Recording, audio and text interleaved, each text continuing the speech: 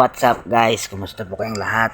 So, hindi po sana ako magwa-vlog ngayon pero ito, gusto kong pagkwentuhan natin kung ano yung mga laman dyan sa mga album na yan, pero hindi ko sila kilala, yung mga nandyan. Gusto ko lang mapagkwentuhan yung buhay dati, buhay ng mga panahong yung unang panahon. Kasi ito, may larawan dito na sinorelate yan yung yung nakakita na ng pag magkakamping dati. Gamit lang papag. Tapos lalagyan mo ng kawayan na pag ganun. Tapos lalagyan mo ng tarapal. Nakakita na ako doon dati nung tumira ako dito sa Anda. Kasi yung tindahan ng lola ko dati sa harap ng school. So may mga truck na dumadaan pag magkakamping na. Yun, mga papag yung gamit, walang kaarte-arte.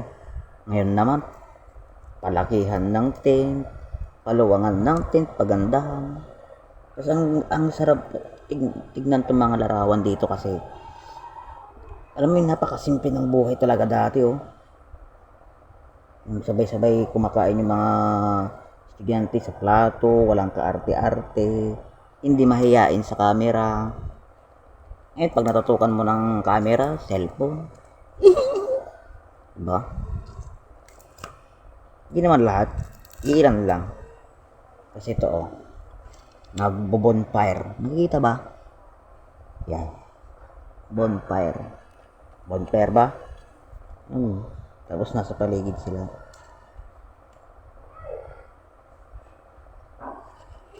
Dami dito, daming mga album pero di ko kilala yung mga iba dito.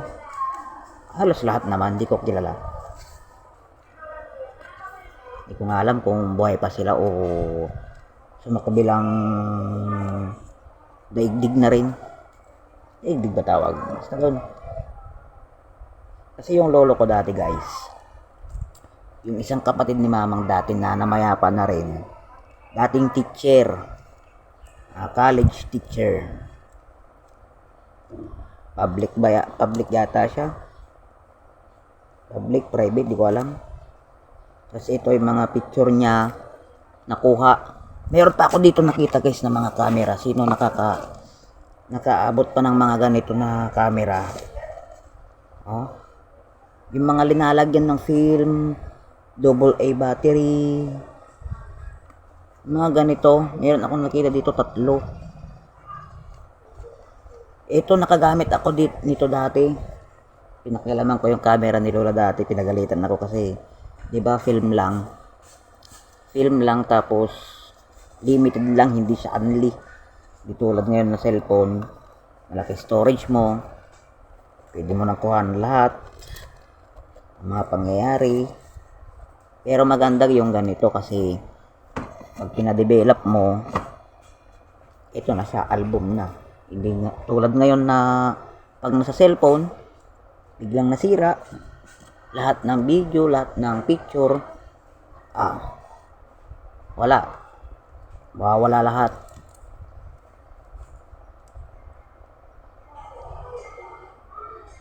Sarap ng tignan ng mga picture dito kahit hindi ko kilala. Napakasimple yung buhay. Parang walang ka-stress dati. Simple yung mga damit. Hindi gaano magarbo. Okay. Ay ka ba yung mata? Bla-blagak.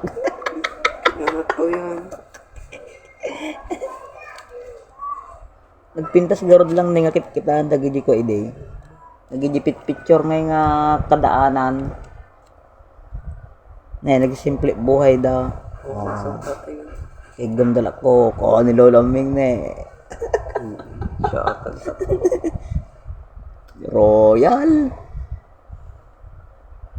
Hindi ko alam guys kung buhay pa itong mga nandito sa larawan. Asbury College, Anda, Pangasinan. 1989 pa pala itong mga to. Tingnan mo yung classroom nila. Ang pangalan, Mabait. Wow! Oh my God! Wow! Dami. Sarap tingnan itong mga larawan. Kasi para kang bumabalik sa nakaraan. Kung meron lang time machine, tapos masilip mo yung mga nakaraan. Oh.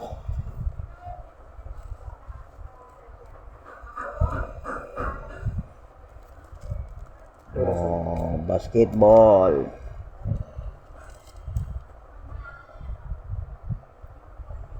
Wala akong makita.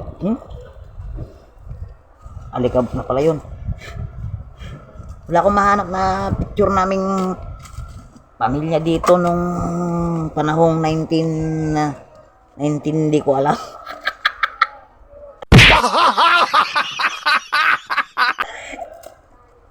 Ayan guys, napapalit yung pinsan ko sa likod ko. Pagpasensyaan nyo na. Takpan ko na lang ng emoji pag na-edit. So, siguro itong video na to, itatransfer ko na lang muna sa USB. Doon pa na-edit sa amin. Kasi napakahina ng signal dito. Grabe. Yung dito SIM ko na nilodan ko para magamit ko. Okay pa naman. Dumating kami dun sa may bayan. Wala na.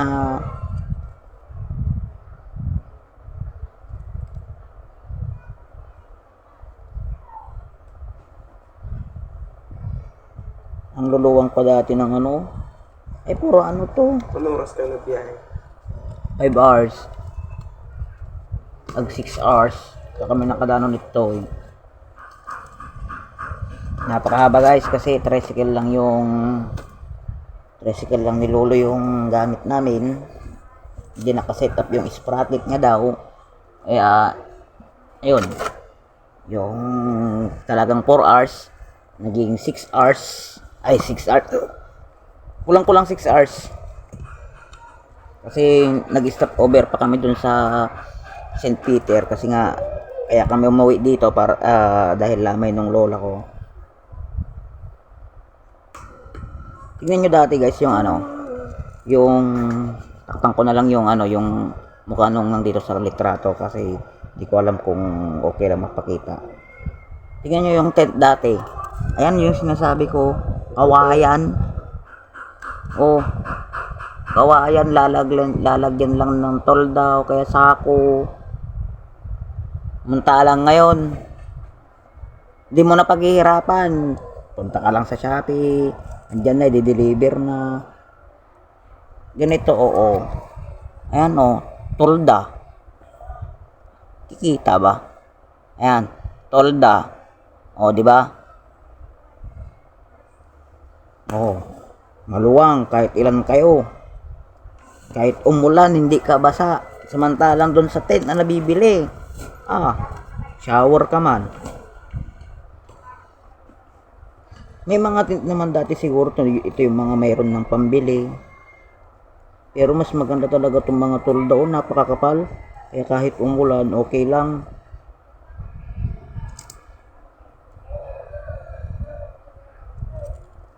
Puro ano pala to, puro litrato ng mga estudyante ni Lolo dati. Tingin pa tayo ng mga ano.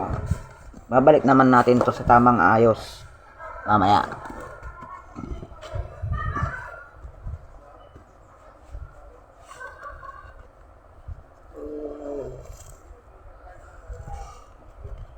Puro litrato pala to ng ano, estudyante niya dari.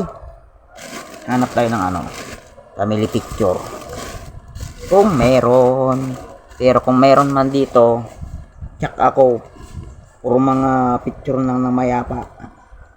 Ito tuwing bubuklat ako dito sa bahay na to ng mga old picture. Minsan, yung mga nakahiga na. Kilala itong mga to. May mga picture kaya dito.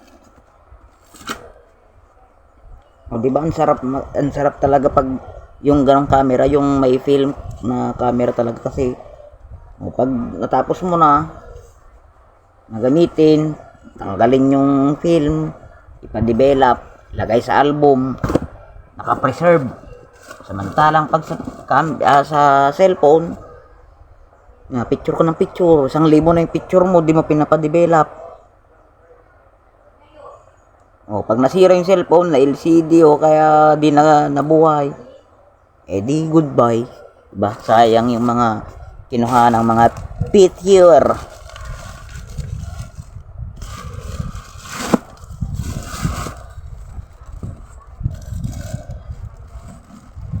Ang puro-puro na siro pa kan. Nay.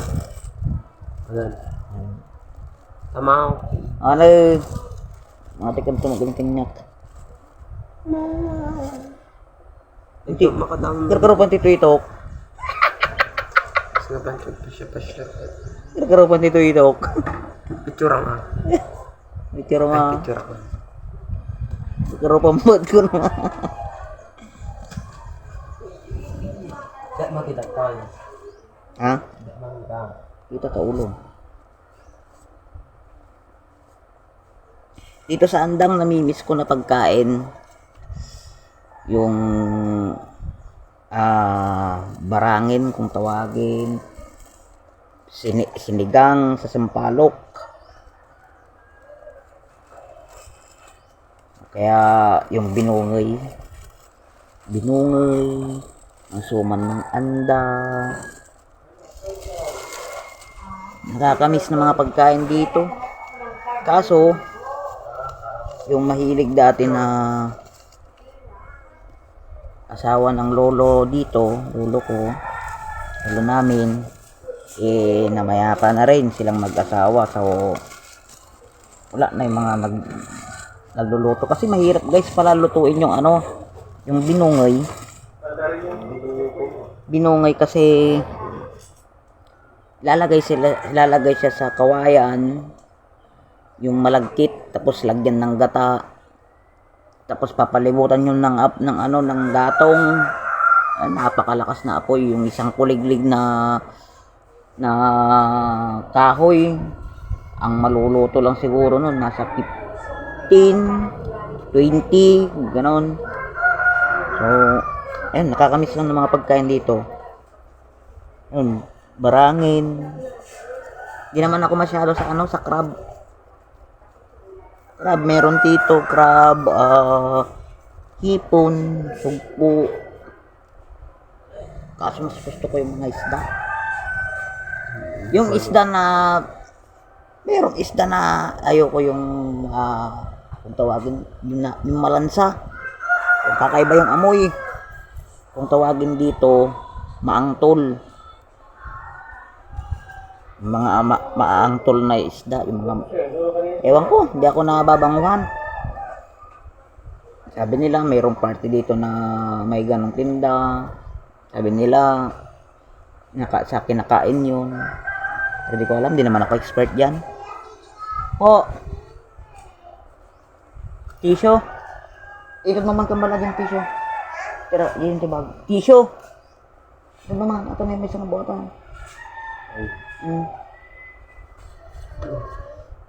Hindi ko mo na lahat yan. So yun guys, hanggang dito na muna kasi tatransfer ko pa yan. Mamaya darating na yung mga pinsan ko para makipaglamay rin. At saka mayroon akong kasamang magpuyat. Si Maki, Queenie, Empress, kapatid ko si Karil, si King. Sino pa yung may isa? Si Absidi. Yung kasama ko magluto. Yun. So kanina ang mga 12 nagchat na sila, dagupan na paalis pa lang sila doon. So hintayin na lang natin. At sana nag-enjoy kayo sa ating munting kwentuhan. Wala, di ko mahanap yung mga picture ng ng pamilya siguro nandun sa kabilang kwarto. So ayun, gusto ko lang i-share yung mga imahe dati, mga larawan na wala na, nasa na lang, sa mga picture na lang. Kasi ngayon iba na gadget, kung ano-ano na, dami nang pinagbago. So ang sarap balikan yung mga memories nung panahong 90s. Yan, 90s. Talagang ang sarap. 90s hanggang 2005, ayan, napakasarap pang alalahanin yung mga memory dati. Talagang walang kagadget-gadget. Pagka-cellphone lang ako dati, yung 3210, 3315, gano'n. So, talagang sarap balikan. So, yun guys, hanggang dito na lang muna kasi full storage na yung cellphone ko. 15 minutes pa lang na dire-diretso. So, mamaya siguro pag may time, pasyal na tayo sa dagat kasi nandiyan na si Maki Boy. Ayun, hanggang dito na lang muna. Salamat guys sa panonood. Camera, stop recording. Was it the force? Was it the fire? Burning What's up guys? Kumusta po kayong lahat? all of the noise turned into choirs of harmony. Left me with the pieces of forever that you broke. But since you left me alone, I've been